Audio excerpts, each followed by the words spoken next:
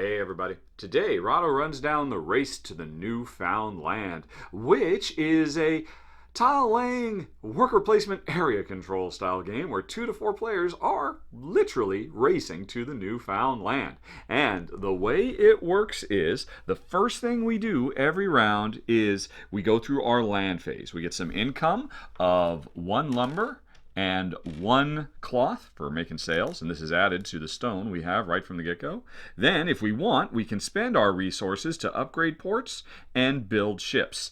And right out here at the beginning of the game, I am Portugal. I've already got my starting ship and my starting charter ship, and I could spend 1 lumber to build a colonial shipyard and 1 cloth and 1 stone to build a regular shipyard. Everybody can build a regular shipyard, but I'm the only one who can build a colonial shipyard, which means before the game is out, I could have 5 shipyards, have 5 ships at my disposal, a massive fleet if I want to spend my resources on that. But instead, I'm going to save my resources. I'm not going to upgrade my port in any way, but I am going to build a ship. This is why you always get this income of 1 lumber and 1 sail. You can use it for a bunch of stuff, but the main thing is building small ships. So as first player, I get any one of these, and I think I'll take this one. This is actually the starting ship for France, but France is not in the game. So I have just increased my fleet, literally doubled it. I've only got space for 1 more ship, but before too long, with a single lumber, I could have space for 4 ships. Now, chartered ships don't take any space on your board, but you get to use them once and then they're gone. So, all right. That was me. Now, every other player in turn order does the same thing. Jen gets that same income. She could get an upgrade to develop colonialism for her home country of Spain, which means she's much better at settling. And again, she could make a shipyard. And also, she could use these resources to build as many ships as she can afford. And I think... yeah, she's gonna hold off on this right now. I mean, colonialism would be pretty good right now if she's gonna settle right out of the gate because it increases her power for settling. But she would really rather get another ship as well. After I was building a ship, a new one came out. And let's see, which one does Jen want? Okay. Well, this one is a very fast ship, but it's weak on everything, but it can do everything. It can help you settle or load, deliver, or discover, whereas this one can't do discovery at all, but it's very good at loading, okay at settling, and only has a speed of 2. Which one does she want? She will go for... let's see, she's already got to think about what she's already got and what she might try to pull off. She will try... actually, she's just going to take the universal one. That's just kind of okay at everything. So that's her second ship. So we're done with the land phase. And now, before we move on to the action phase, players have to plan for their action phase. Which means, first we see who declares they're going to load, then who declares they're going to settle, and then deliver, and then discover. And that's how we deploy our ships to these different actions. Again, I'm the first player. I have to declare if I'm using any of my ships for loading. And I will go on ahead and use my chartered ship just to load some stuff, just to get that going. And now Jen, she can see what I've done and decide if she's going to load as well. And I think she will also do so. And she'll use her charter ship as well, which is much better at loading than mine. Then we move on to settling. I'm not going to bother settling at all right now.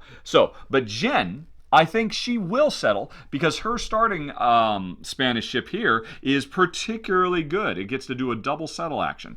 Then we move on to delivery. I am not going to do any delivery. I can apply up to 3 of my ships to the settle or the deliver action, but I'm not going to do it. And Jen, meanwhile, says, will she? Oh. You know what? Actually, Jen didn't want this ship. She wanted... a ship, yeah, she wanted this ship, actually. And she will have used it to say she is going to deliver, I think. Is that going to work? Yeah, it'll work. And by the way, a new ship should have come out after she recruited one.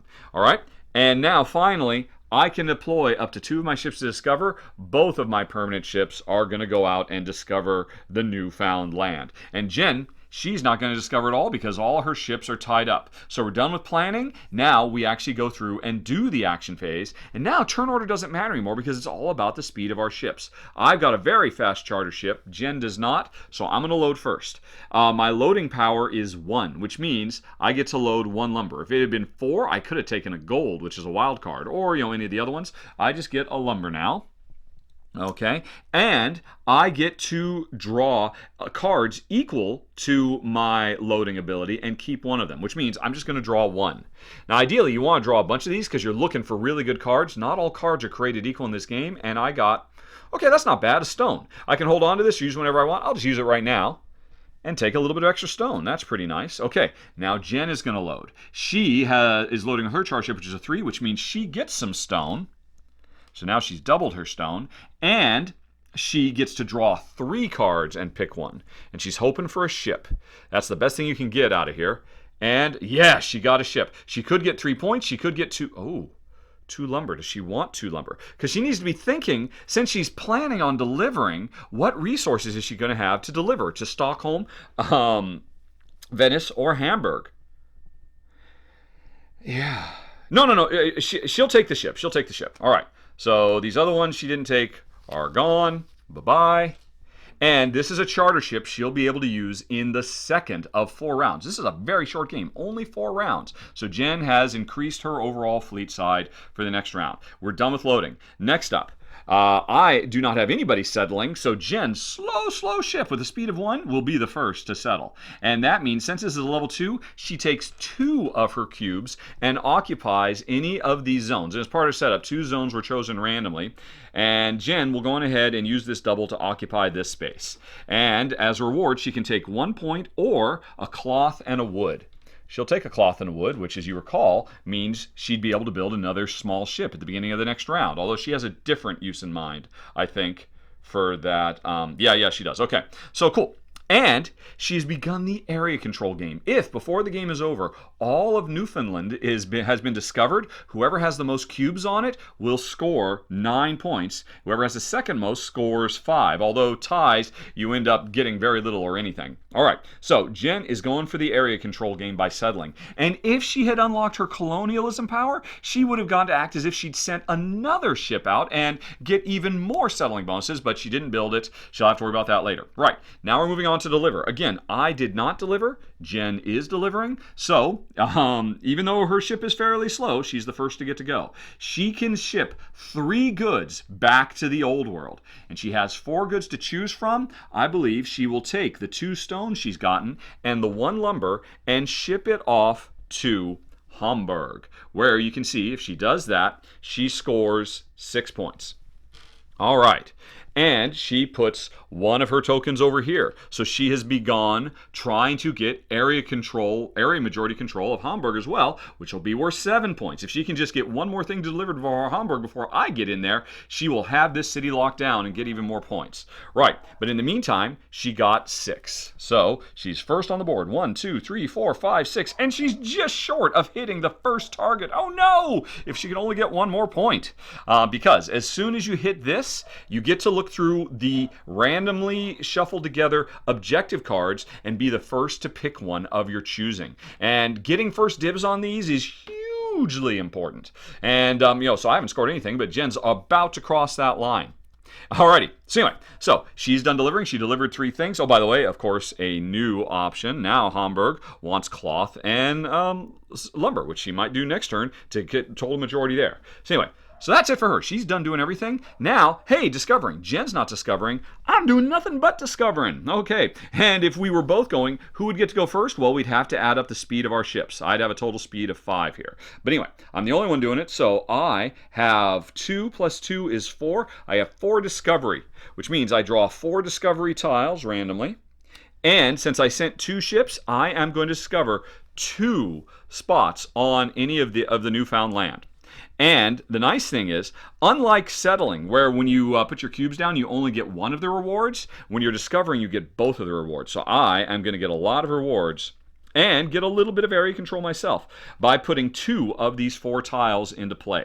Now, they have to match, so I could put this here in Prince Edward Island, but I couldn't put it on this space as an example. And so as the islands get more and more filled up and there's fewer and fewer places to go, it can be really dangerous trying to discover because you might not find a piece that fits, which is why it's good to send a lot of ships, even if you only place a few of them, so you have up your chances.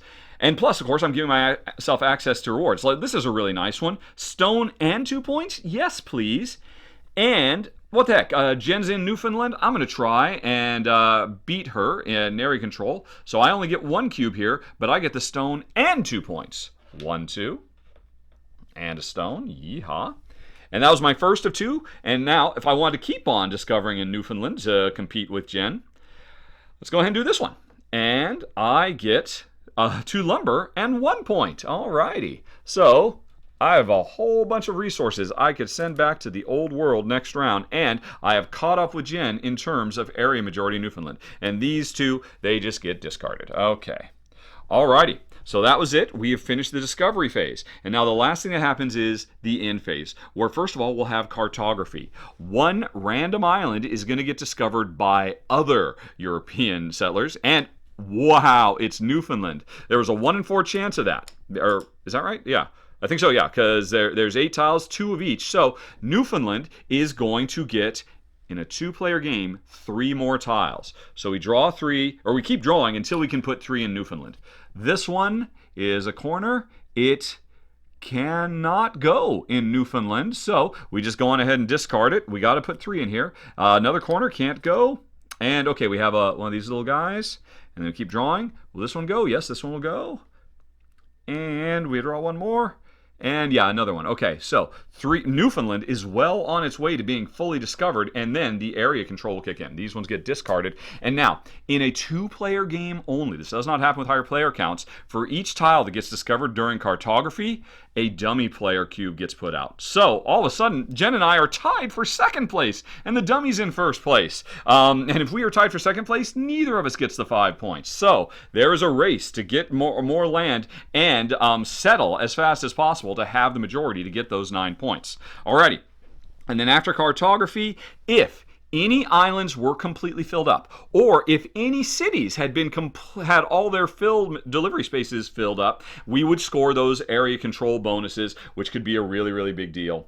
And now finally, at the end of a round, players get a chance to complete one of their secret goals if they've got them. Let's just say Jen had made a delivery that had scored her, if she could have gotten this, it would have been 10 points. If she just scored 1 more point, she would have had the first opportunity to look through these bonuses. Get 6 points for having a fleet total of 6 discovery, or 9 for 10. Have delivered 3 things or 4 things to get 6 or 9 back to the old world.